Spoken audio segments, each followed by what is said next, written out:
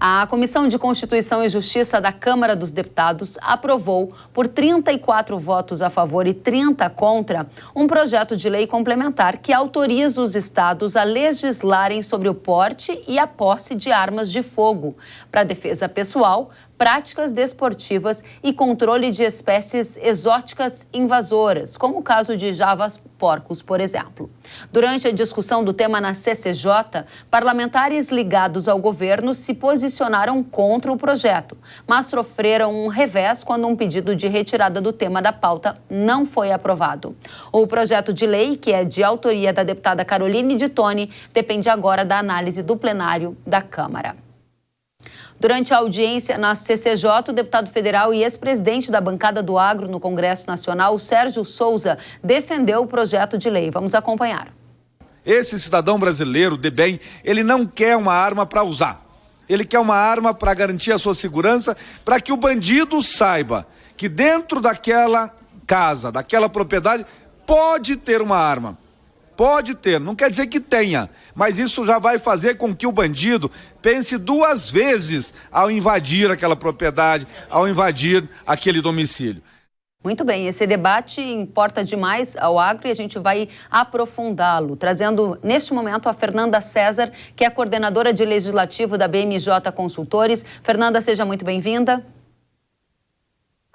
Obrigada, Kellen. Prazer estar aqui. Obrigada a você. E temos também Matheus Zampieri, que é delegado da Delegacia Especializada de Combate a Crimes Rurais e Abigeato de Mato Grosso do Sul. Delegado, seja muito bem-vindo ao Hora H do Agro. Como que vai ser a tramitação a partir de agora desse projeto de lei? Kellen, esse projeto de lei é um projeto de lei constitucional, então a gente precisa da aprovação do plenário antes que ele seja enviado para o Senado. E em plenário, ele precisa de 257 votos para ser aprovado. Isso é um cenário interessante, porque na Comissão de Constituição e Justiça, o governo teve uma perda muito grande nas votações que aconteceram dentro da comissão. Então, ele perdeu o requerimento de retirada de pauta, assim, de forma muito grande, né? Foram 31 votos a 9 do governo, e perdeu na votação de mérito, né, do texto por 34 a 30. Isso já dá um cenário de pressão para os parlamentares do governo dentro do plenário. Mas, dentro do plenário, a pauta é construída com as lideranças. E aí lá a gente vai ver mais o poder, né, e aí dos parlamentares, principalmente da Frente Parlamentar do Agro, em levantar esse texto lá. A gente espera que antes dele chegar no plenário, de fato, seja deliberado algum requerimento de urgência para que ele seja, de fato, levado ali entre os itens prioritários. E isso ainda está em negociação, ainda não aconteceu. O que significa dizer, Fernanda, é que esse é um tema que está entre as prioridades no momento e pode ser resolvido já nas próximas semanas? Esse é um tema que a gente vai observar muita negociação em torno. O governo perdeu, né? Esse é o fato na CCJ. Então, por isso, ele vai ter que se reorganizar se ele quiser impedir que ele avance, porque agora ele tem um caminho mais livre para avançar. Né? Um projeto que estava aí na Comissão de Constituição e Justiça esperando essa transição, e como a deputada Caroline de Toni, autora do projeto, assumiu a presidência também desse colegiado, ela conseguiu aí abrir espaço para que o tema fosse debatido e, de fato, aprovado ali dentro do colegiado.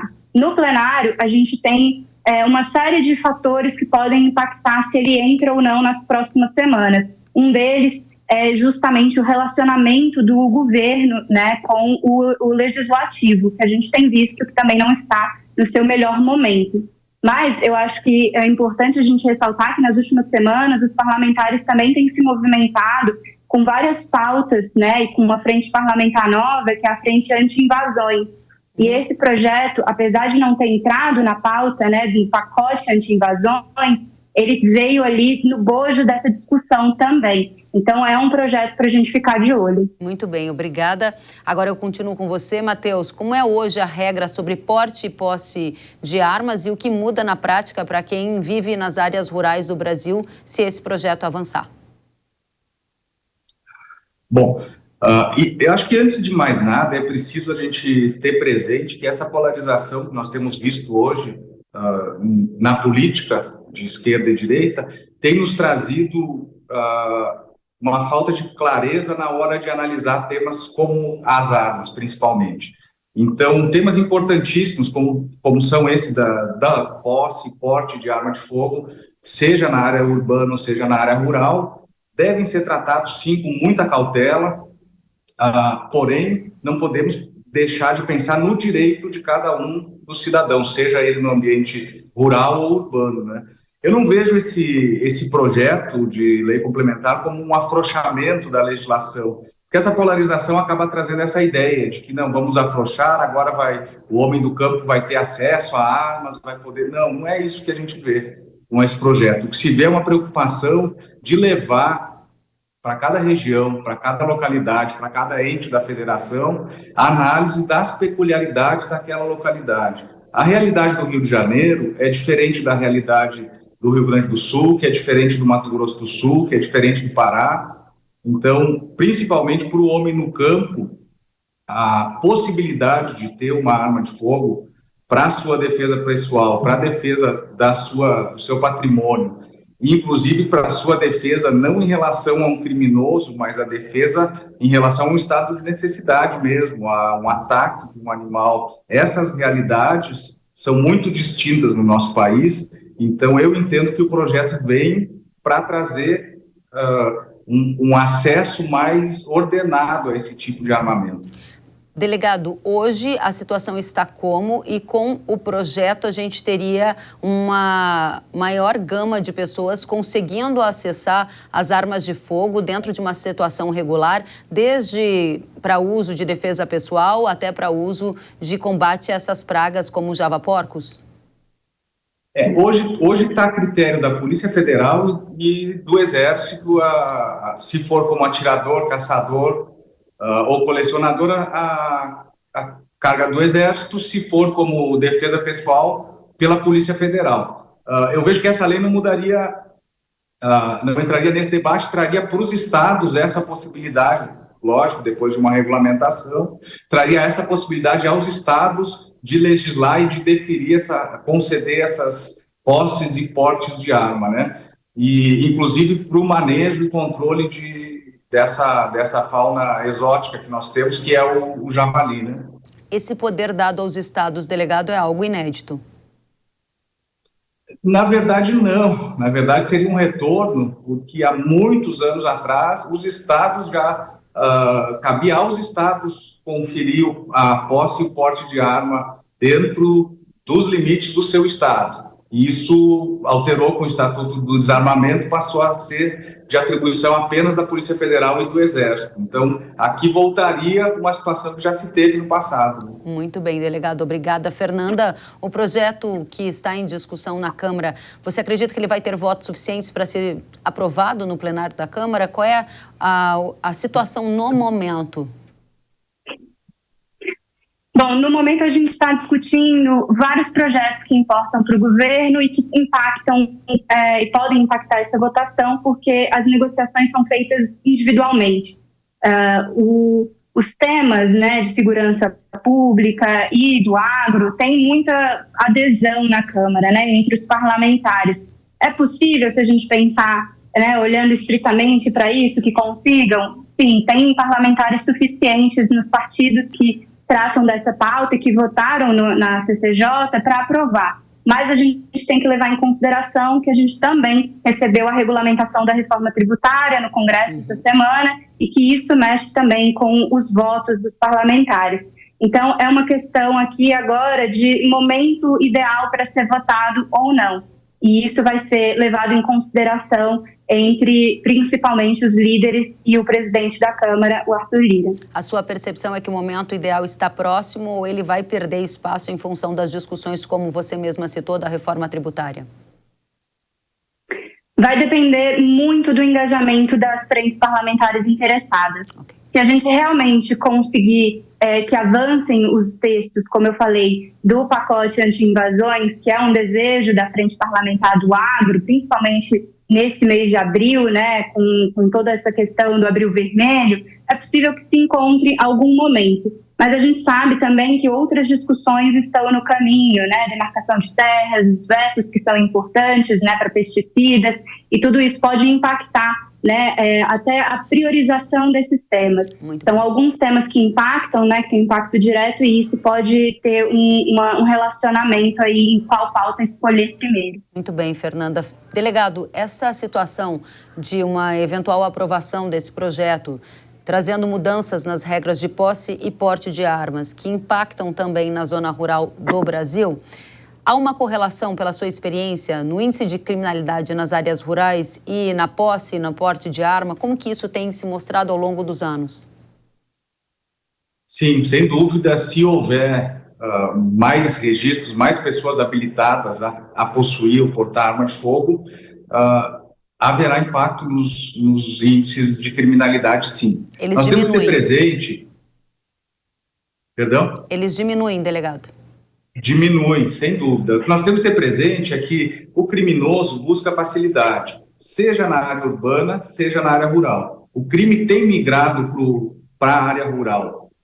Existe muito investimento no agronegócio, muita tecnologia, muito investimento, muito valor agregado, e o criminoso tem visto isso. Então, nós temos trabalhado muito com conscientização dos proprietários, dos fazendeiros, quanto ao patrimônio que eles possuem na área rural. E se aqui, na cidade, se nós pegarmos como exemplo um grande centro, onde a polícia não tem como estar vigiando todos os locais ao mesmo tempo durante as 24 horas do dia, leve isso para uma comunidade isolada, remota, um produtor rural que tem sua propriedade no meio do Pantanal sul-mato-grossense. Nós temos um município aqui, por exemplo, Corumbá, que o município de Corumbá é maior que o estado do Rio de Janeiro, para se ter uma noção. Qual a dificuldade de um socorro chegar para alguém que esteja numa situação. Então, a arma de fogo vem, a concessão, o porte, de forma legal, que tem que ter essa discussão muito tranquila, é que o criminoso não está preocupado com uma arma legal. Então, passar isso para os estados, autorizar que cada peculiaridade seja tratada de forma diferente e conceder, eventualmente, esse porte, essa posse de arma, a pessoa vai ter que preencher todos os requisitos, não pode ter antecedentes criminais, não pode ter envolvimento em várias coisas, enfim, não está se afrouxando, não vai passar a ter arma para vender no mercadinho da esquina se essa regulamentação vier a acontecer. Então eu fico muito tranquilo quanto à legalidade, quanto à fiscalização, aos controles, a polícia vai continuar coibindo a posse e porte ilegal de arma. Eu acredito que vai diminuir os crimes patrimoniais e não haverá aumento em outros tipos de delitos. Muito bem, delegado. Fernanda, como o governo Lula deverá agir no sentido desse projeto e de outros que tentam mudar essas regras em relação à posse e porte de armas? Se eu não estou enganada, essa foi uma das primeiras ações do novo governo quando tomou posse, foi rever algumas das medidas em relação à posse e porte de armas de fogo no Brasil, não foi? Sim, você está correta. Esse é um ponto assim, central para o governo Lula, mas como a gente viu, dentro da CCJ eles não conseguiram, né, barrar o projeto, e eles vão precisar negociar com os parlamentares dentro de plenário se eles não quiserem que avancem como eles não querem. A discussão deles é realmente ainda muito voltada para a constitucionalidade, porque eles sabem que os estados retomando, né, essa priorização, eles podem liberar e eles não querem que isso aconteça. Então, justamente por isso, eles querem impedir que o projeto seja aprovado. Mas, como eu falei, é um debate que eles vão precisar gastar muito cartucho dentro do plenário, pois temos muitos parlamentares que já estão se articulando para levar esse tema e aprovar em plenário. Se passar no Congresso Nacional, existe uma outra prerrogativa dada ao governo para tentar que essa realidade não se torne legal no país? Se a gente tiver aprovação nas duas casas, ele ainda pode passar pelo veto, né, pelo veto presidencial, e aí a gente retorna para o Congresso, né, a última decisão, que é em sessão conjunta. Então, ainda existe essa possibilidade, mas a gente também tem o Congresso como a última palavra. Ou seja, na sua análise é esperado que, se aprovado no Congresso, o Lula vete o projeto de lei que altera as regras de posse e porte de arma, mas aí o Congresso, de novo, trataria do tema, derrubando o veto do presidente e tornando, então, essa regra que permite aos estados legislarem sobre o tema uma regra válida no nosso país. Exatamente. E a gente tem outros projetos que tratam sobre isso, né? Na própria CCJ existe um outro projeto sobre porte, né, para o produtor rural, Então, existem outras tentativas que o Congresso pode fazer para que consiga já garantir esse direito. Mas aí vai depender, novamente, do cenário, do momento ideal de tramitação. Muito bem, delegado, nesse momento, você que tem atuação direto em Mato Grosso do Sul, mas conhece muito da realidade brasileira, houve um aumento dos crimes nas áreas rurais do país? Nós não temos esse levantamento preciso, mas o que eu posso te ressaltar é que a época do governo passado, falando de governo Bolsonaro, em que houve essa maior acesso à questão de armamentos, houve uma redução dos crimes violentos, né? Se nós pegarmos estatisticamente, os homicídios diminuíram no Brasil. E é esse reflexo que eu imagino que vai acontecer se voltar aos estados essa possibilidade de analisar o porte de arma, né? Ainda não vi nenhum estudo dos últimos 2 anos se houve alguma diminuição ou aumento depois dessa mudança da legislação com o atual governo federal. Muito bem. Quero agradecer a vocês pela profundidade aqui da análise sobre esse tema que importa demais a todos nós brasileiros. Fernanda César, coordenadora de legislativo da BMJ Consultores, volte sempre. Um prazer recebê-la. Matheus Zampieri, delegado da Delegacia Especializada de Combate a Crimes Rurais e Abigeato de Mato Grosso do Sul. Volte sempre, delegado. Foi muito bom tê-los conosco. Até a próxima. Muito obrigado.